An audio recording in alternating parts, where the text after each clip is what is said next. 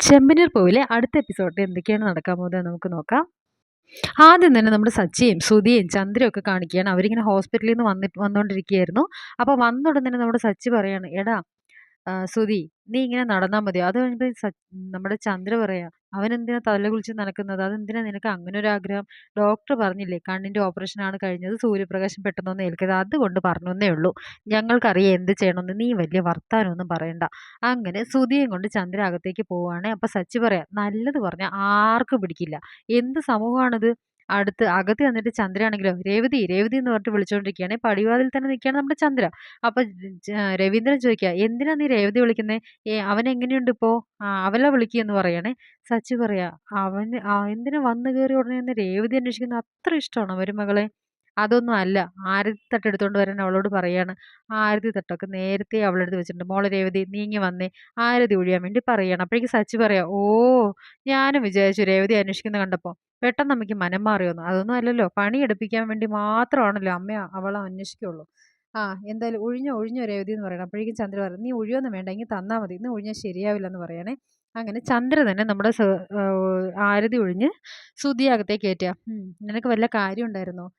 വേണമെങ്കിൽ അമ്മ തന്നെ ആരതി തട്ട് റെഡിയാക്കിയിട്ടേ അവനെ ഒഴിഞ്ഞ് കയറ്റിക്കൂടായിരുന്നോ?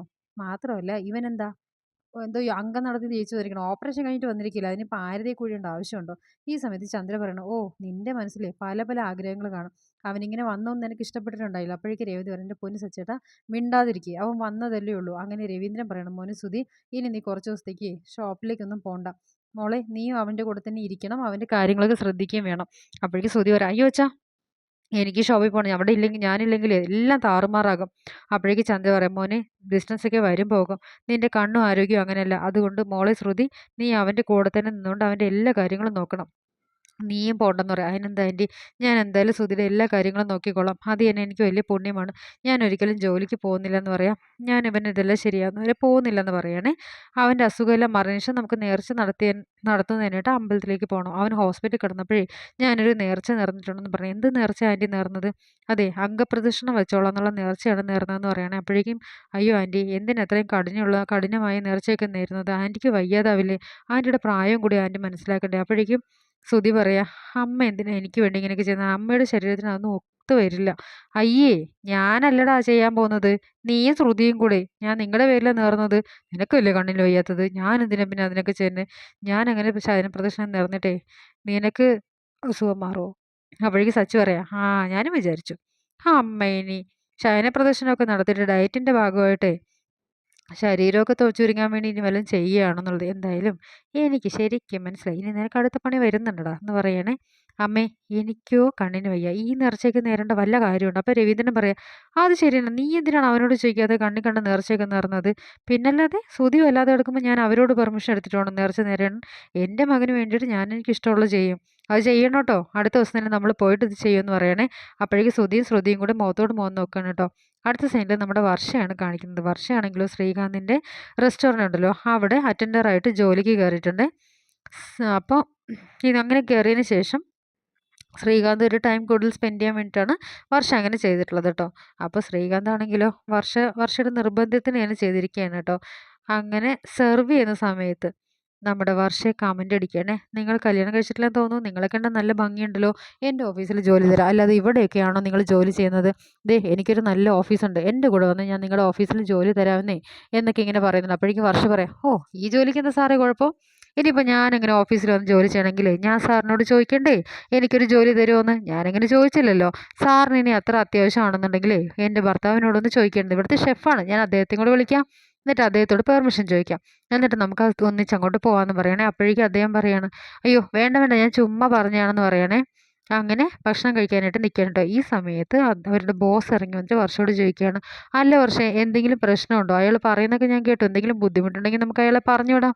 ഈ സമയത്ത് വർഷ പറയാണ്, അയ്യോ അതിൻ്റെ ആവശ്യമൊന്നുമില്ല, നമ്മളങ്ങനെ എല്ലാവരും പറഞ്ഞു വിട്ട് കഴിഞ്ഞാലേ റെസ്റ്റോറൻറ്റ് നടത്താനേ ആരെങ്കിലും വേണ്ടേ? ഇവിടെ വരുന്ന ഭൂരിഭാഗം പേര് പോലെ കമൻറ്റ് ചെയ്യും, നമ്മളതൊക്കെ കണ്ടില്ല കേട്ടില്ലെന്ന് വിചാരിക്കണം. എവിടെ ഇങ്ങനത്തെ ആൾക്കാരുണ്ടാവുമല്ലോ, അവർക്ക് പറ്റിയ ഡോസ് എൻ്റെ കയ്യിൽ തന്നെ ഉണ്ട്, അത് ഞാൻ തന്നെ കൊടുത്തോളാം എന്ന് പറയുകയാണേ. അങ്ങനെ നമ്മുടെ ശ്രുതിയാണെങ്കിലോ അടുത്ത ടേബിളിലേക്ക് ഓർഡർ എടുക്കാൻ ചെല്ലുമ്പോൾ ശ്രുതിയുടെ അമ്മയാണ്. നീ എന്താ ഇവിടെ? അല്ലമ്മേ, അമ്മ എന്താ ഇവിടെ? ഞാൻ അമ്മയോടല്ലേ ചോദിക്കേണ്ടത്? എന്താ അമ്മയ്ക്ക് ഇഷ്ടപ്പെട്ട ചിക്കനും മസാല ദോശയും ഒക്കെ ഉണ്ട്, ഞാൻ എടുത്തിട്ട് വരട്ടെ? ഈ സമയത്ത് വർഷയുടെ അമ്മ പറയണം, നീ എന്താ ഇവിടെ സെർവ് ചെയ്യാനായിട്ട് നിൽക്കുന്നത്? പിന്നെ നിന്റെ ഭർത്താവ് ഇവിടുത്തെ ഷെഫല്ലേ? അപ്പോഴേക്കും വർഷ പറയും, ഇതെനിക്ക് ഇഷ്ടമുണ്ടായിട്ട് ഞാൻ വന്ന് ചെയ്തിരിക്കുകയാണ്. നമ്മുടെ ആൾക്കാരാരെങ്കിലും കണ്ടു കഴിഞ്ഞാൽ എന്തൊരു മാനക്കേടാണ്. ഇതിനു വേണ്ടിയാണോ നിന്നെ ഞാൻ എഞ്ചിനീയറിംഗ് ഒക്കെ പഠിപ്പിച്ച് വിട്ടത്? പിന്നെ നീയേ കോടികളൊക്കെ ഉള്ള വീട്ടിലെ കുട്ടിയാ. നീയേ ഇങ്ങനെയുള്ള കൾച്ചർ ഇല്ലാത്ത ജോലിയൊക്കെയാണ് ചെയ്യുന്നത്. അതിൽ അമ്മ ഇടപെടേണ്ട കാര്യമൊന്നുമില്ല. അമ്മയ്ക്ക് എന്താ കഴിക്കാൻ വേണ്ടത് വെച്ചാൽ പറയും, ഞാൻ കൊണ്ടുവരാമെന്ന് പറയണേ. ഈ ഒച്ചപ്പാട് കേട്ടിട്ട് നമ്മുടെ ശ്രീകാന്ത് വരികയാണ് കേട്ടോ. ഓ ആൻറ്റിയോ? ആൻറ്റിയാണോ വന്നത്? ആൻറ്റിക്ക് എന്തെങ്കിലും സ്പെഷ്യലായിട്ട് കഴിക്കാൻ വേണമെന്ന് ചോദിക്കുകയാണ്. എൻ്റെ മരുമകനെ, നീ എൻ്റെ മകളെ നന്നായി നോക്കിക്കോളാം എന്ന് പറഞ്ഞിട്ടല്ലേ പറഞ്ഞത്. എന്നിട്ടിപ്പോൾ അവള് സെർവ് ചെയ്തിട്ട് വേണം അവൾക്ക് ജീവിക്കാൻ. നിന്റെ അച്ഛൻ പറഞ്ഞിട്ടായിരിക്കുള്ളൂ ഇവള് ഈ ജോലിക്ക് വന്നത്. നാണമുണ്ടോ നിനക്ക്? പിന്നെ ഭാര്യ ജോലി എന്താ പറയാ, നോക്കാനുള്ള കഴിവ് നിനക്കില്ലേ? അവള് നന്നായി ഡബ് ചെയ്ത് കഴിഞ്ഞോണ്ടിരുന്നവളല്ലേ. എൻ്റെ മോളെ ഇത്രയും തരം താഴ്ന്ന് ജീവിക്കാൻ നീ ഇത്രയും വരെ എത്തിച്ചല്ലോ, എനിക്ക് സഹിക്കാൻ പറ്റുന്നില്ലെന്ന് പറയണേ. ഒളിച്ചോട്ടം ആയിരുന്നില്ലേ, ഇനിയിപ്പോൾ ഞാൻ എന്ത് പറയാനാ? അങ്ങനെ നിന്നെ വിശ്വസിച്ച് ഞങ്ങൾ വേണം തല്ലാൻ. അത്രയ്ക്ക് പൈസയ്ക്ക് ബുദ്ധിമുട്ടാണെങ്കിൽ ഞാൻ നിനക്ക് ലക്ഷങ്ങൾ തന്നേനല്ലോ. നിന്റെ കുടുംബത്തിലെ പ്രശ്നങ്ങളെല്ലാം ഞാൻ തന്നേനല്ലോ. ഞാനൊന്ന് ചോദിക്കട്ടെ എന്ന് പറഞ്ഞിട്ട് ശ്രീകാന്ത് പറയുകയാണ്, ആൻറ്റി ഒന്നും അറിയാതെ ഇങ്ങനെ സംസാരിക്കരുത്. വർഷം ആര് നിർബന്ധിച്ച് ഇവിടുത്തെ ജോലിക്ക് വിട്ടിട്ടൊന്നുമില്ല. അവളുടെ ഇഷ്ടത്തിന് വന്നതാണ്. ആ സമയത്ത് വർഷയും പറയണം, ആരും എന്നോട് ജോലിക്ക് വരാൻ പറഞ്ഞിട്ടില്ല. ഞാൻ എൻ്റെ ഇഷ്ടത്തിന് വന്നതാണ്. അതിനിപ്പോൾ അമ്മയ്ക്കെന്താ? ഞാനിത് കേൾക്കണോടി. പ്ലാറ്റ്ഫോമിൽ ആ രേവതിയുടെ ഒപ്പം നീ പോയിക്കുന്നത്. അതുവരെ ഞാനിത് കാണേണ്ടി വരും എന്നും പറഞ്ഞിട്ട് പറയണേ. ഈ സമയത്ത് വർഷ പറയണം, അമ്മ അനാവശ്യമായിട്ടൊന്നും പറയാൻ നിൽക്കണ്ട. ഞാൻ കാണിച്ചു തരാമെന്ന് പറഞ്ഞിട്ട് അവരങ്ങ് ഇറങ്ങി പോവുകയാണ്. ഈ സമയത്ത് ശ്രീകാന്ത് വർഷയോട് ചോദിക്കുക, നീ എന്തിനാ ഇവിടെ ജോലിക്ക് കയറിയത്? ഞാൻ മര്യാദയ്ക്ക് പറഞ്ഞതാണ് ഇങ്ങനൊന്നും ചെയ്യരുതെന്ന്. ഇപ്പം നിൻ്റെ വീട്ടുകാരെ മുഴുവൻ അവർ പറയുന്നത് കണ്ടോ? എൻ്റെ വീട്ടുകാരെ മുഴുവൻ ഇത് കേൾക്കുകയും വേണം. നീ ഈ ജോലി നിർത്തിക്കോ. എൻ്റെ അമ്മ അങ്ങനെ പലതും പറഞ്ഞു നേരിച്ചിട്ട് എനിക്ക് എൻ്റെ ജോലി നിർത്തേണ്ട ഒരു ആവശ്യമില്ല. ശ്രീകാന്തല്ലല്ലോ എന്നെ ജോലിക്കെടുത്തതേ, നിൻ്റെ ബോസാണ്. അവര് പറയട്ടെ, അപ്പം ഞാൻ നിർത്തിക്കോളാം. എന്തായാലും ഞാൻ ഈ ജോലിക്ക് വരും.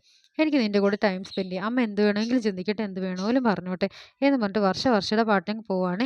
അടുത്ത സീനിൽ വൈകുന്നേരമാണ് കേട്ടോ. അപ്പോൾ എല്ലാവരും അവിടെ ഇങ്ങനെ ഇരിക്കുന്ന സമയത്ത്, സച്ചി രേവതിക്ക് ഇരിക്കുന്ന സമയത്ത് അച്ഛനും അമ്മയും ശ്രുതിയും എല്ലാവരും ഇരിക്കുകയാണ് കേട്ടോ. ആ സമയത്ത് നമ്മുടെ സച്ചി ഒരു ബില്ലുമായിട്ട് വരികയാണേ. അച്ഛാ, ഇതാണ് ഹോസ്പിറ്റൽ ബില്ല്. മരുന്നിൻ്റെ കാര്യങ്ങളും എല്ലാം ദേ ഇതിനകത്ത് എഴുതിയിട്ടുണ്ട്. മരുന്നിൻ്റെ പൈസ ഒന്നും തരണ്ട, അത് ഞങ്ങളുടെ കയ്യിൽ ഉണ്ടായിരുന്നില്ല. അപ്പോൾ പലരുടെയും കയ്യിലും കടം മേടിച്ചിട്ടാണ് ഞാനിത് വാങ്ങിയത്. അതിങ്ങോട്ട് തരാൻ പറയും. വേറൊരു ബില്ല് ഉണ്ട്. ഇവനാണെങ്കിൽ ആൾക്കാരെ മുഴുവൻ തള്ളിയിട്ട് മറിച്ചിട്ടാണല്ലോ കൊണ്ടുപോയത്. അവർക്ക് ഒരുപാട് അപകടവും പറ്റി. അപ്പോൾ അത് ഞാനിവിടെ തരുന്നുണ്ട്. ഇതൊക്കെ തിരിച്ചു തരാനായിട്ട് ഇവനോട് പറയണം. പറ്റുന്ന സമയത്ത് മതിയെന്ന് പറയണേ. എന്താണ് നീ പറഞ്ഞത്? നീ എനിക്ക് ഹോസ്പിറ്റലിൽ കെട്ടി വെച്ചിരിക്കുന്ന പൈസ ഞാൻ നിനക്ക് തിരിച്ചു തരണമെന്ന് ഇത്തിരിയെങ്കിലും നിനക്ക് ന്യായമായിട്ട് തോന്നുന്നുണ്ടോ? നിന്റെ സ്വന്തം ചേട്ടനല്ലേടാ ഞാൻ. എനിക്ക് വയ്യാതിരുന്നപ്പോൾ നീ ബില്ല് കെട്ടിയതും പോട്ടെ, നിനക്ക് ഇത്തിരി പോലും മനസാക്ഷി ഉണ്ടോടാ എന്ന് ചോദിക്കുകയാണ്. ഈ സമയത്ത് ശ്രുതിയും പറയാണ്, എന്നാലും പിന്നെ ഇത്രയും ബില്ലായെന്നുള്ള കാര്യം ഞാൻ എങ്ങനെ വിശ്വസിക്കും? പിന്നെ അതിന് തെളിവ് വേണം. ഇത് കണ്ടില്ലേ, അതിനല്ലേ അച്ഛൻ്റെ കയ്യിൽ കൊടുത്തിരിക്കുന്നത്, ഇതിലെഴുതിയിരിക്കുന്നത്. അത് ഇവൻ നഷ്ടപരിഹാരം കൊടുക്കാനുള്ളത് കണ്ടിട്ടാണ്. അങ്ങനെ നഷ്ടപരിഹാരം കൊടുക്കാൻ സച്ചിയോട് ആരാ പറഞ്ഞത്? അങ്ങനെ വല്ലതും ഉണ്ടെങ്കിൽ എന്നോട് പറയണമായിരുന്നു, അല്ലെങ്കിൽ ശ്രുതിയോട് പറയണം. ഇത് കണ്ണിക്കണ്ടവർക്ക് പൈസ കൊടുത്തിട്ട് ഞങ്ങളുടെ കയ്യിൽ നിന്ന് പൈസ മേടിക്കുന്നത് ഒട്ടും ശരിയായിട്ടുള്ള കാര്യമല്ല. എങ്കിൽ പിന്നെ ഇവനോട് കാര്യം പറയും, ഇവനെ ആർക്കും നഷ്ടം വരുത്തിയിട്ടില്ല, ആരെയും വന്ന് തട്ടിയിട്ടിട്ടില്ല എന്ന് പറയും. ഭാഗ്യത്തിനാണ് ആ ട്രാഫിക് പോലീസുകാരൻ 10 പൈസ മേടിക്കാത്തത്. ഇല്ലെങ്കിൽ ഇപ്പം അയാൾക്കും കൊടുക്കേണ്ടി വന്നു. എന്നിട്ടിപ്പം ഞാൻ കുറ്റക്കാരനായല്ലേ? ഞാനിപ്പോൾ ഇത് കെട്ടിയില്ലായിരുന്നെങ്കിലേ ഇവൻ്റെ ഓപ്പറേഷൻ കറക്റ്റായിട്ട് നടന്നുമില്ല. നിങ്ങളുടെ ഭർത്താവിൻ്റെ ഓപ്പറേഷൻ നടക്കാൻ വേണ്ടി ഞാനും സച്ചിയേട്ടനും പല സ്ഥലത്തു നിന്നാണ് പൈസ മേടിച്ചിട്ടുള്ളത്. ഇപ്പം ഞങ്ങൾ കടക്കാരായിരിക്കുകയാണ്. നിങ്ങൾ പറ്റുന്ന സമയത്തൊന്ന് തിരിച്ചു തന്നാൽ മതി എന്ന് പറയണം. അപ്പോഴേക്കും ശ്രുതി പറയാം, ഇങ്ങനൊന്നും തിരിച്ചു തരാൻ പറ്റില്ല, ഇതൊട്ടും ന്യായമല്ല എന്ന് പറഞ്ഞിട്ട് ശ്രുതിയും പറയണട്ടെ. ഇത് കേൾക്കുന്ന രവീന്ദ്രൻ പറയാം, അങ്ങനെയൊന്നും പറയില്ലടാ, നിനക്ക് ശ്രുതിക്ക് നല്ല ജോലിയുണ്ട്, നിങ്ങൾ രണ്ടുപേരും സമ്പാദിക്കുന്നുണ്ട്. ഇവൻ്റെ കയ്യിൽ പൈസ ഇല്ലായിരുന്നുണ്ടെങ്കിൽ നിങ്ങൾ കെട്ടിയേനെ, അല്ലെങ്കിൽ ഞങ്ങൾ ആരെങ്കിലും കെട്ടിയേനെ. പക്ഷേ പൈസ തിരിച്ചു കൊടുക്കാനുള്ളതല്ലേ, പല സമയത്തായിരിക്കും നിങ്ങൾ തിരിച്ചു കൊടുക്കുക. അവരുടെ കയ്യിൽ ഉണ്ടായിട്ട് തന്നതല്ലല്ലോ, അവർ കടം മേടിച്ച് തന്നല്ലേ. എനിക്ക് വലിയ തെറ്റൊന്നും തോന്നില്ല. അല്ലെങ്കിലും അച്ഛൻ അവരെയല്ലേ സപ്പോർട്ട് ചെയ്യുള്ളൂ. അമ്മയ്ക്ക് അച്ഛനെ ഏറ്റവും പ്രിയപ്പെട്ടത് അവർ തന്നെയല്ലേ. അതെ, അവരെ സപ്പോർട്ട് ചെയ്യുള്ളൂ. ആ പൈസ അടിച്ചു മാറ്റിയിട്ട് ഓടിപ്പോയതൊന്നും അല്ല. എന്തായാലും ആ 30 ലക്ഷം രൂപയുണ്ടല്ലോ എൻ്റെ കയ്യിൽ നിന്ന് ബംഗ്ലാവിന് വേണ്ടി പൈസ മേടിച്ചിട്ടുള്ള അവൻ്റെ അടുത്ത് നിന്ന് ഞാൻ എന്തായാലും മേടിക്കുന്നില്ല. നിൻ്റെ മുഖത്തേക്ക് ഞാൻ എറിയുമെന്ന് പറയണേ. ഇതൊക്കെ സച്ച് പറയാം, നീ എൻ്റെ മുഖത്തേക്ക് 30 ലക്ഷം രൂപ എറിയുമെന്ന് ഞാൻ വിശ്വസിക്കില്ല. കണ്ണി കണ്ടവനെ കൈവിട്ട് കളഞ്ഞിട്ട് ഹോസ്പിറ്റലിൽ ചെന്ന് കിടന്നവനാണ് നീ. എന്നിട്ട് നീ എൻ്റെ അടുത്ത് വന്നിട്ട് വീരവാദം പറയുന്നോ? ദേ നോക്ക് ശ്രുതി, എൻ്റെ അടുത്ത് ദേഷ്യപ്പെട്ട ഒന്നും നടക്കില്ല. അങ്ങനെ ശ്രുതി പറയാണ്. ആ, ബില്ല് വേണമെങ്കിൽ ഞാനിങ്ങനെ അറേഞ്ച് ചെയ്ത് തരാം. പക്ഷേ നീ നഷ്ടപരിഹാരം കൊടുത്തത് ഞാൻ വിശ്വസിക്കില്ല കേട്ടോ. പിന്നെ എന്താ പറയുക, ഞാനതുകൊണ്ട് നമ്പർ മേടിച്ച് വെച്ചിട്ടുണ്ട്. ഞാൻ ഇനി എത്ര രൂപ തന്നിട്ടുണ്ടെന്നുള്ള അവരോട് അന്വേഷിക്ക്. അപ്പോൾ അവർ പറയുമല്ലോ സത്യം എന്താണെന്നുള്ളത്. എന്നിട്ട് നീ പൈസ തന്നാൽ മതി. അപ്പോഴേക്കും വർഷ പറയാം, ആ അങ്ങനെ ഇങ്ങനെ സുചേട്ടൻ വിളിച്ച് ചോദിച്ചു കഴിഞ്ഞാൽ തീർന്നു. സുചേട്ടൻ്റെ അടുത്ത് നിന്നിട്ടേ ബാക്കിയും കൂടെ മേടിച്ചിട്ടോ, അത് ഉറപ്പാണെന്ന് പറയണേ. അല്ലെങ്കിൽ സുചേട്ടാ, നിങ്ങൾ പറയുന്നതിൽ എന്ത് ന്യായമുള്ളത്? സച്ചേട്ടൻ്റെ കയ്യിൽ പൈസ ഇല്ലായിരുന്നു, സച്ചേട്ടൻ അറേഞ്ച് തന്നല്ലോ. ഇനിയിപ്പോൾ തിരിച്ചു കൊടുക്കേണ്ടത് നിങ്ങളുടെ കടമയാണ്. ഇനിയിപ്പോൾ സച്ചേട്ടൻ്റെ കയ്യിലില്ലായിരുന്നെങ്കിൽ നിങ്ങൾ തന്നെ അറേഞ്ച് ചെയ്ത് കൊടുക്കണ്ടായിരുന്നോ? പിന്നെന്തിനാ ഇങ്ങനെയൊക്കെ സംസാരിക്കുന്നത്? സച്ചേട്ടനോട് തിരിച്ചു കൊടുക്കാൻ പറയുന്നു പറയണം. അപ്പോഴേക്കും ശ്രീകാന്ത് പറയണം, ഇപ്പം നിൻ്റെ കയ്യിൽ കൊടുക്കാൻ പൈസ ഇല്ലെങ്കിൽ നീ എന്നോട് ചോദിക്കുക, ഞാൻ പൈസ കൊടുത്തോളാം. ഇപ്പം നീ എനിക്ക് പതിയെ പതിയെ തന്നാൽ മതി എന്ന് പറഞ്ഞിട്ട് പറയണം. അപ്പോഴേക്കും ശ്രുതി പറയാം, അതെ, ഞങ്ങൾക്ക് ആരുടെ ഓശാരം വേണ്ട. ഇപ്പം തന്നെ ഹോസ്പിറ്റൽ ബില്ലിൽ ഞങ്ങൾ ഒരുപാട് കണക്ക് കേൾക്കുന്നുണ്ട്. ഇനി എനിക്ക് കേൾക്കാനായിട്ട് വയ്യ എന്നിങ്ങനെ പറയുകയാണ്. അപ്പോൾ അപ്പൊ ചന്ദ്ര വന്നിട്ട് പറയാം, അവളെ തരാന്ന് പറയാൻ തന്നിരിക്കും, അവള് കോടീശ്വരിയാണ്. ഈ കലവില നീ ഇനി പറയാൻ നിൽക്കണ്ടെന്ന് പറഞ്ഞു. എനിക്ക് തന്നാൽ മതി, അത്രേ ഉള്ളൂ, അല്ലാതെ എനിക്ക് പ്രശ്നമൊന്നുമില്ല. അങ്ങനെ എല്ലാവരും അങ്ങ് പിരിഞ്ഞു പോവാണേ. എടി പോകട്ടെന്നവളെ, നീയല്ലേടി അവനെ കയറ്റി വിട്ടത്, പൈസ ചോദിക്കാൻ പറഞ്ഞോണ്ട്. അപ്പോഴേക്ക് രേവതി പറയാം, എന്തിനാ അമ്മേ, എന്തിനും അതിനും എന്നെ കുറ്റപ്പെടുത്തുന്നത്? ഞാനാണ് ഇതിന്റെ പിന്നിലെന്ന് അമ്മയോട് ആരാ പറഞ്ഞത്? നിന്റെ സ്വഭാവമൊക്കെ എനിക്കറിയാടി. എന്തായാലും നീ പോകട്ടെ വിറ്റ പൈസയെക്കാളും കൂടുതൽ അങ്ങനെ എൻ്റെ മോന് അതിൻ്റെ ആവശ്യമില്ല. എൻ്റെ മോൻ അങ്ങനെ കണ്ണോപ്പറേഷൻ നടത്തിയിട്ടുണ്ടെങ്കിൽ അതിൻ്റെ ആവശ്യം അവൾക്കില്ല എന്ന് പറഞ്ഞിട്ടൊക്കെ പോവുകയാണേ. വർഷയുടെ അമ്മയെ കാണിക്കുകയാണ് അടുത്തായിട്ട്. വർഷയുടെ അമ്മ ദേഷ്യത്തോടുകൂടി ചന്ദ്രയുടെ അടുത്തേക്ക് വന്നിരിക്കുകയാണ്. അതെ, നിങ്ങളുടെ കുടുംബത്തിലെ ഇത്രയധികം പൈസയ്ക്ക് ബുദ്ധിമുട്ടോ? അപ്പോഴേക്ക് ചന്ദ്രയെ രവീന്ദ്രൻ ചോദിക്കുകയാണ്, അല്ല, നിങ്ങൾ എന്തായി പറയുന്നത്? എനിക്കതൊന്നും മനസ്സിലാവുന്നില്ല. അല്ല, പൈസയ്ക്ക് ബുദ്ധിമുട്ടുള്ളത് കൊണ്ടാണല്ലോ എൻ്റെ മകളെ സെർവ് ചെയ്യാനുള്ള പണിക്ക് പിന്നെ വിട്ടിരിക്കുന്നത്. അവളെ ഇങ്ങനെ സെർവ് ചെയ്യാനുള്ള ജോലിക്ക് വിട്ടിരിക്കുന്നത്. അത് കേട്ടപ്പോഴേക്കും നമ്മുടെ സച്ചി പറയണം, നിങ്ങളെ മകൾ അങ്ങനെ ജോലിക്ക് പോയിട്ടുണ്ടെങ്കിൽ ഞങ്ങളുടെ ഇഷ്ടപ്രകാരമോ ഞങ്ങളോട് പറഞ്ഞിട്ടോ അല്ല, അവൾ അവളുടെ ഇഷ്ടത്തിനാണ് ചെയ്യുന്നത്. അപ്പോൾ എന്തെങ്കിലും ചോദിക്കാനുണ്ടെങ്കിൽ അവളോട് നേരിട്ട് ചോദിക്കാൻ വേണ്ടിയിട്ട് പറയണം. ഈ സമയത്ത് മഹിമ പറയാണ്, നേരിൽ കണ്ടിട്ട് തന്നെയാണ് ഞാൻ വന്നത്. എൻ്റെ മകളെ അവൻ്റെ റെസ്റ്റോറൻറ്റിൽ ഒരു സെർവ് ചെയ്യുന്ന പണി ചെയ്തുകൊണ്ട് നിൽക്കുകയാണ്. അങ്ങനെ ഇങ്ങനെ ജോലി ചെയ്യാനാണോ ഞാൻ അവളെ കെട്ടിച്ചു വിട്ടത്? അല്ലെങ്കിൽ ഞങ്ങൾ കെട്ടിച്ചു വിട്ടതല്ലല്ലോ, നല്ലൊരു എടുത്ത് കെട്ടിച്ചു വിടണമെന്നാണ് ആലോചിച്ചത്. അപ്പോഴല്ലേ അവളെ ദരിദ്രം പിടിച്ച കുടുംബത്തിലേക്ക് പ്രേമിച്ച് കെട്ടിച്ചു വന്നത്. ഇതിൻ്റെ ആവശ്യമില്ല, ഞാൻ അപ്പോഴേ പറഞ്ഞതാ. ആ സമയത്ത് ചന്ദ്രയാ പറഞ്ഞത് എൻ്റെ മരുമകൾ ഇവിടെ സന്തോഷത്തോടെ ജീവിക്കുന്നു. എന്നിട്ട് എൻ്റെ മകളിപ്പോൾ ഹോട്ടലിൽ ജോലിക്ക് പോവാണ്. രണ്ട് രീതിയിൽ അവൾ പൈസ സ്വരൂപിച്ചാൽ മാത്രമേ നിങ്ങൾക്ക് ജീവിക്കാൻ പറ്റുള്ളൂ അല്ലേ? ഇത് കേട്ടതും നമ്മുടെ രവീന്ദ്രൻ പറയും, നിങ്ങളെന്തോ തെറ്റിദ്ധാരണയുടെ പുറത്താണ് ഇങ്ങനെ ഈ സംസാരിക്കുന്നത്. ഞങ്ങൾക്കിവിടെ 3 മരുമക്കളുണ്ട്. ഞങ്ങൾ ഒരിക്കലും ഒരു മരുമക്കളുടെ കയ്യിൽ നിന്ന് പൈസ മേടിക്കാറില്ല. പിന്നെ ഞങ്ങളുടെ മക്കൾ അവർ ജോലി ചെയ്ത ശേഷം ഞങ്ങളുടെ കയ്യിലേക്ക് ആവശ്യത്തിനുള്ള പൈസ തരുന്നുണ്ട്. അത് ഞങ്ങൾ നിർബന്ധിച്ച് തരിപ്പിക്കുന്നൊന്നുമല്ല. അവർക്ക് എന്താണോ പറ്റുന്നത് അതവർ തരികയാണ്. അതുകൊണ്ടാണ് ഞങ്ങൾ ജീവിക്കുന്നത്. അല്ലാതെ മരുമക്കളെ പനിക്ക് വിട്ടിട്ടൊന്നുമല്ല ഞങ്ങൾ ജീവിക്കുന്നത്. അപ്പോഴേക്കും നമ്മുടെ മഹിമ പറയാണ്, ഓ, നിങ്ങൾ അങ്ങനെയൊക്കെ പറയും, അല്ലെങ്കിൽ തന്നെ എന്ത് വലിയ കുടുംബം എന്നാ പറയുന്നത്? കാർ ഓടിക്കുന്നവൻ, പൂ കെട്ടുന്നവൻ, അങ്ങനെ ദാരിദ്ര്യം പിടിച്ച കുടുംബമല്ലേ ഇത്? അപ്പോഴേക്കും നമ്മുടെ ശ്രുതി പറയണം, ആൻറ്റി അങ്ങനെയൊന്നും പറയരുത്, ഞാനേ ഒരു ബിസിനസ് ഓണറാണ്, ഞാൻ വലിയ ബിസിനസ്സുകാരനാവുമെന്ന് പറയാം. അപ്പോഴേക്കും സച്ചി പറയടാ, അച്ഛനെ മാനം കെടുത്തുന്ന നിനക്കൊരു വിഷയമല്ലല്ലേ? ഇവർ മാനം കെടുത്തുന്നൊന്നും യാതൊരുവിധ പ്രശ്നമില്ല അല്ലേ? നിനക്ക് നീ വലിയ ബിസിനസ്സുകാരനാവണം അന്ന് മാത്രമേ ഉള്ളൂ അല്ലേ? അപ്പോഴേക്കും നമ്മുടെ ശ്രുതി പറയണം, ആൻറ്റി ഞങ്ങളാരും പറഞ്ഞിട്ടല്ല വർഷ ജോലിക്ക് പോകുന്നത്. വർഷയുടെ ഇഷ്ടപ്രകാരമാണ് വർഷ ടൈം സ്പെൻഡ് ചെയ്യാൻ വേണ്ടിയിട്ട് മാത്രം പോവുകയാണ് ശ്രീകാന്തിൻ്റെ അടുത്ത്. അപ്പോഴേക്കും നമ്മുടെ സച്ചി പറയാണ്, അതൊന്നുമല്ല, ഇവർ നേരെ ചൊവ്വേ ഇവരുടെ മോളോട് ഞാൻ സംസാരിച്ചിട്ടുണ്ടാവും. അപ്പോൾ മോള് പറഞ്ഞിട്ടുണ്ടാവും, നിങ്ങൾ എൻ്റെ കാര്യം നോക്കണ്ട, ഞാൻ ഇഷ്ടമുള്ള പോലെ ജീവിച്ചോളാം, അതുകൊണ്ടാണ് ഇവിടെ ഒത്തിരിക്കുന്നതെന്ന് പറയുകയാണേ. ഈ സമയത്ത് നമ്മുടെ മഹിമ പറയാണ്, എന്ത് പറഞ്ഞാലും എൻ്റെ മോളെ ജോലിക്ക് വിട്ടിട്ട് ഈ നേരം സംസാരിക്കാൻ നിങ്ങൾക്ക് പറ്റിയല്ലോ. എന്തായാലും അദ്ദേഹം ബ്ലാങ്ക് ചെക്ക് തന്നു വിട്ടിട്ടുണ്ട്, നിങ്ങൾക്ക് എത്ര വേണമെങ്കിലും എഴുതിയെടുക്കാം, എത്ര രൂപ വേണമെങ്കിലും നിങ്ങൾക്ക് പിൻവലിച്ചെടുക്കാം. എൻ്റെ മോളെ ഇനി ജോലിക്ക് പോരുത്, അത് ഞങ്ങൾക്ക് അന്തസ്സ് കേടാണെന്ന് പറയുകയാണേ. അപ്പോഴേക്കും രവീന്ദ്രൻ പറയാണ്, നിങ്ങൾ എന്തിനാണ് ഈ ബ്ലാങ്ക് ചെക്ക് ആയിട്ട് നിങ്ങളോട് പറഞ്ഞ് വരുന്നത്? നിങ്ങൾക്ക് ഈ നേരം നിങ്ങളുടെ മകളെ ഉപദേശിച്ചാൽ പോരെ?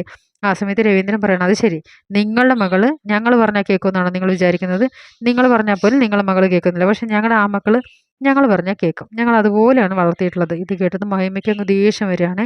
ആ ഇതിനിങ്ങനെയല്ല ഡീൽ ചെയ്യേണ്ടത്. എന്തായാലും നിങ്ങൾ ബ്ലാങ്ക് ചെക്ക് ആയിട്ട് വന്നു, ഇനിയിപ്പോൾ പൈസ എഴുതിയില്ല എന്നുള്ള വിഷമം വേണ്ട, ഞാൻ എഴുതാം എത്ര രൂപ തരണം എന്നുള്ളത് എന്നും പറഞ്ഞിട്ട് സച്ചി അതിങ്ങോട്ട് മേടിക്കാം. അപ്പോൾ രവീന്ദ്രൻ പറയാടാ, നീ എന്തായി കാണിക്കുന്നത്? അച്ഛാ മിണ്ടായിരിക്കും അച്ഛാ, എനിക്കിന്ന് അറിയാം എന്ത് ചെയ്യണമെന്ന് പറഞ്ഞിട്ട് ചെക്കിൽ നിന്ന് എഴുതണേ. ആ ശ്രുതിയൊക്കെ 5 രൂപയെ 50 ആക്കുന്നു, 500 ആക്കുന്നു, 5000 ആക്കുന്നു, 50,000 ആക്കുന്നു, 5 ലക്ഷം ആക്കുന്നു, 5 കോടി ആക്കുന്നു, 50 കോടി ആക്കുന്നു എന്നിട്ട് പറയണം, ആ ദേ 50 കോടി രൂപ ഞാൻ എഴുതിയിട്ടുണ്ട്, ഞാനിപ്പോൾ തന്നെ ചെന്ന് പിൻവലിക്കാൻ ചോദിക്കരുത്. ഇത് കണ്ട ശ്രുതി, 50 കോടി രൂപയോ? അപ്പോഴേക്കും ശ്രുതി പറയാം, ഇത് പിൻവലിക്കണമെങ്കിലേ നിങ്ങൾ നേരിട്ട് പിന്നെ ബാങ്കിൽ പോയി പെർമിഷൻ എടുക്കണമെന്ന് പറയണേ, അതിങ്ങനെ നിങ്ങൾ താ എന്ന് പറയാം കേട്ടോ. അപ്പോഴേക്കും നമ്മുടെ മഹിമയ്ക്ക് അങ്ങ് അടി കിട്ടിയ പോലെ അവന്, എടാ അങ്ങനെയൊന്നും തരാൻ പറ്റില്ല. അപ്പോൾ സച്ചി പറയാം, ഓരോ സിനിമയൊക്കെ കണ്ടിട്ടേ അതിലെ പണക്കാർ കാണിക്കുന്ന പോലെ ബ്ലാങ്ക് ചെക്ക് ആയിട്ടങ്ങ് വന്നോളും. ഞങ്ങളെന്താ നിങ്ങൾ പറയുന്നതെല്ലാം കേട്ടിട്ട് മിണ്ടാതിരിക്കാനുള്ള ബുദ്ധി കിട്ടവരാണോ? നിങ്ങളുടെ ചെക്ക് നിങ്ങൾ ഇതുപോലെ തന്നെ കൊണ്ടുവയ്ക്കോ, അല്ലെങ്കിൽ ഞാൻ ദേ ഇതുപോലെ കീറിക്കളയെന്ന് പറയണേ. അങ്ങനെ സച്ചി അങ്ങ് കീറിക്കളയാണേ. ഇനി ഈ വഴിക്ക് നിങ്ങളെ കാണരുതെന്ന് പറയാം കേട്ടോ. അപ്പോൾ മഹിമയ്ക്കാകെ അടി കിട്ടിയ പോലെ ആയിട്ടോ. മഹിമയാണെങ്കിലോ വലിയ ഷൈൻ ചെയ്യാനായിട്ട് വന്നതാണ്. നമ്മുടെ സച്ചി നല്ലൊരു കൊട്ട് കൊടുത്താണ് വിട്ടത്. അങ്ങനെ രേവതി പറയണം, ഞങ്ങൾക്കിവിടെ ബുദ്ധിമുട്ടൊന്നുമില്ല, അങ്ങനെ മരുമക്കളെ ജോലിക്ക് വിട്ടിട്ട് ജീവിക്കുന്നവരല്ല എൻ്റെ അച്ഛൻ. അത് കേട്ടത് നമ്മുടെ മഹിമ പറയണം, ആ അത് ശരിയായിരിക്കും, അല്ലെങ്കിൽ ദാരിദ്ര്യം പിടിച്ചാൽ നിന്നെ ഇവിടെ കെട്ടിക്കൊണ്ട് വരേണ്ട കാര്യമൊന്നുമില്ലല്ലോ, പൈസയ്ക്ക് ഒരു നോട്ടം ഉണ്ടാവില്ല. നിങ്ങളുടെ മരുമകൾ ജോലിക്ക് പോകുന്നതിൽ നിങ്ങൾക്കൊരു കാര്യം ഉണ്ടാവില്ല, പക്ഷെ ഞങ്ങൾക്ക് അങ്ങനെ പോകുന്നത് ഞങ്ങൾക്ക് മാനക്കേട് തന്നെയാണ്. ഇനി മേലല്ല അവളെ വിടാതിരിക്കാൻ നോക്കുക. ഇനി പൈസ വേണ്ടെങ്കിൽ വേണ്ട. ഞങ്ങളുടെ മരുമകനെ ഇനി സാധാരണ ഒരു റെസ്റ്റോറൻറ്റിൽ ജോലിക്ക് വിടാൻ ഞങ്ങൾക്ക് താല്പര്യമില്ല. അതുകൊണ്ട് അവനൊരു എന്താ പറയുക, റെസ്റ്റോറൻറ്റ് ഉണ്ടാക്കി കൊടുക്കാൻ ഞങ്ങൾ തീരുമാനിച്ചിരിക്കുകയാണ് എന്ന് പറഞ്ഞിട്ട് ചന്ദ്രയോട് തീരുമാനം എടുക്കണമെന്നൊക്കെ പറഞ്ഞിട്ട് പറയാണ് കേട്ടോ. ഞാൻ പറഞ്ഞ ഇനിയിപ്പോൾ അവന് ഇൻസൾട്ടായി തോന്നുന്നു പറഞ്ഞു. അപ്പോഴേക്കും സച്ചി പറയാം, ഇവരുടെ പ്ലാൻ മനസ്സിലായോ വെച്ചാൽ അവന് എങ്ങനെയെങ്കിലും റെസ്റ്റോറൻറ്റ് പണിത് കൊടുത്ത് അവനെ ഇവിടുന്ന് പറിച്ചെടുക്കണം, ഇവരുടെ വീട്ടിലേക്ക് അവനെ കൊണ്ടുപോകണം, അതാണ് ഇവരുടെ പ്ലാൻ. അതിന് നമ്മൾ വഴിയൊരുക്കരുതെന്ന് പറഞ്ഞിട്ട് പറയുകയാണെ. ഈ സമയത്ത് തീരുമാനം എടുക്കേണ്ടത് ഞങ്ങളല്ല, നിങ്ങളുടെ മരുമകനും മകളുമാണ്. നിങ്ങൾ സംസാരിച്ചോ. അപ്പോഴേക്കും നമ്മുടെ ചന്ദ്ര പറയാണ്, മഹിമ പറഞ്ഞാൽ എന്താ തെറ്റ്, നമ്മുടെ മോന് സ്വന്തമായിട്ടൊരു റെസ്റ്റോറൻറ്റ് വെച്ച് കൊടുക്കാൻ എന്നല്ലേ മഹിമ പറഞ്ഞത്, അതിലൊരു തെറ്റുണ്ടായിട്ട് എനിക്ക് തോന്നുന്നില്ല. മഹിമ പറഞ്ഞ കാര്യത്തിൽ ഞാൻ എന്തായാലും പറഞ്ഞ് എൻ്റെ മക്കളെ മനസ്സിലാക്കിപ്പിച്ചോളാം, ഞാൻ അവരെ ഒരു തീരുമാനം എടുപ്പിച്ചോളാം, നല്ല കാര്യം തന്നെയാണെന്ന് പറയണേ. അങ്ങനെ മഹിമ അവിടെ നിന്ന് പോവാണ് കേട്ടോ. നീ ചെയ്ത് ഒട്ടും നന്നായില്ല, അതിനിപ്പോൾ എന്താ കുഴപ്പം, അവർ നല്ലൊരു കാര്യമല്ലേ പറഞ്ഞു, നമ്മുടെ മോന് സ്വന്തമായിട്ടൊരു റെസ്റ്റോറൻറ്റ്, അതവൻ്റെ സ്വപ്നമാണല്ലോ, അതിലേക്ക് അവർ ഹെൽപ്പ് ചെയ്യുന്നു. അവരെ ഭാര്യ വീട്ടുകാരല്ലാതെ ആരെ ഹെൽപ്പ് ചെയ്യുന്നത്, നമുക്ക് അത്രയും കൊടുത്തിട്ട് നമ്മുടെ മകനെ രക്ഷപ്പെടുത്താൻ പറ്റില്ല. അപ്പോൾ അവൻ്റെ ഭാര്യ വീട്ടുകാർ കൊടുക്കുമ്പോൾ നമ്മൾ എന്തിനാ തടസ്സം നിൽക്കുന്നത്. അപ്പോഴേക്ക് രവീന്ദ്രൻ പറയും, എന്തെങ്കിലും കാണിക്കുന്നു പറഞ്ഞിട്ട് അയാൾ അങ്ങ് പോവാണേ. അടുത്ത സീനിൽ നമ്മുടെ ദേവുവിനെ കാണിക്കുകയാണേ. ദേവു ആണെങ്കിലോ ട്രാഫിക് പോലീസ് ഉണ്ടല്ലോ സച്ചിയായിട്ട് പ്രശ്നമുള്ള അയാളുമായിട്ട് ചെറിയ പ്രണയത്തിലൊക്കെ ആയിരിക്കുകയാണ്. അപ്പോൾ അയാളെ കാണാൻ വേണ്ടിയിട്ട് രണ്ടുപേരും കൂടി അമ്പലത്തിലാണ് മീറ്റ് ചെയ്തിരിക്കുന്നത്. അപ്പോൾ അമ്പലത്തിൽ അവർ കാണുന്ന സമയത്ത് അതേ അമ്പലത്തിൽ നമ്മുടെ മീരയുടെ പ്രശ്നമുള്ള ഒരുത്തനും കൂടി അതേ മതിൽ മീറ്റ് ചെയ്തുകൊണ്ടിരിക്കുകയാണ്.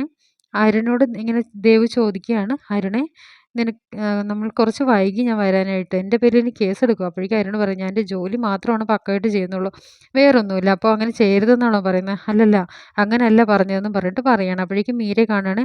അയ്യോ മീര ചേച്ചി ഉണ്ടല്ലോ, എങ്ങാനും ശ്രുതിയോട് പറഞ്ഞു കൊടുത്ത വലിയ പണിയാണെന്ന് പറഞ്ഞിട്ട് അവിടെ നിന്ന് അങ്ങ് ദേവും പതിയെ അങ്ങ് പോവാണ്. അപ്പം ഈ മീരയുടെ പിന്നാലെ നടക്കുന്ന പയ്യനും അരുണും തമ്മിൽ നല്ല പരിചയമുണ്ട്. അപ്പോൾ ഞാൻ എൻ്റെ പ്രണയം പറയാൻ പോകണമെന്നൊക്കെ പറഞ്ഞിട്ട് മറ്റേ ചെക്കൻ പറയണം. അപ്പോഴേക്കും അരുൺ പറയാം, അതിനുള്ള സമയം നോക്കി നിൽക്കരുത്, പെട്ടെന്ന് പറഞ്ഞോളണം എന്ന് പറയാം. അതിനുള്ള ധൈര്യം എനിക്കില്ല സാറെന്ന് പറഞ്ഞിട്ട് പറയണേ. അതിനുശേഷം മീരയുടെ അടുത്തേക്ക് ആ പയ്യൻ പോകുന്നുണ്ട്. എന്നിട്ട് മീരയോട് ഇതിങ്ങനെ പറയാനായിട്ട് ശ്രമിക്കുന്നുണ്ട്. അപ്പോൾ മീര ആണെങ്കിലോ ഞാൻ പിന്നെ വരാമെന്ന് പോവാണ്. ഇത്രയും കാര്യങ്ങളാണ് ഈ ഒരു എപ്പിസോഡിൻ്റെ റിവ്യൂവിൽ കാണിക്കുന്നത്. ഇനി അടുത്ത എപ്പിസോഡ് നമ്മൾ നാളെ കാണാവുന്നതാണ്. അപ്പോൾ റിവ്യൂ ഇഷ്ടമായി കഴിഞ്ഞാൽ ചാനൽ ഒന്ന് സബ്സ്ക്രൈബ് ചെയ്യാനും ഒന്ന് ലൈക്ക് ചെയ്യാനും മറക്കരുത് കേട്ടോ.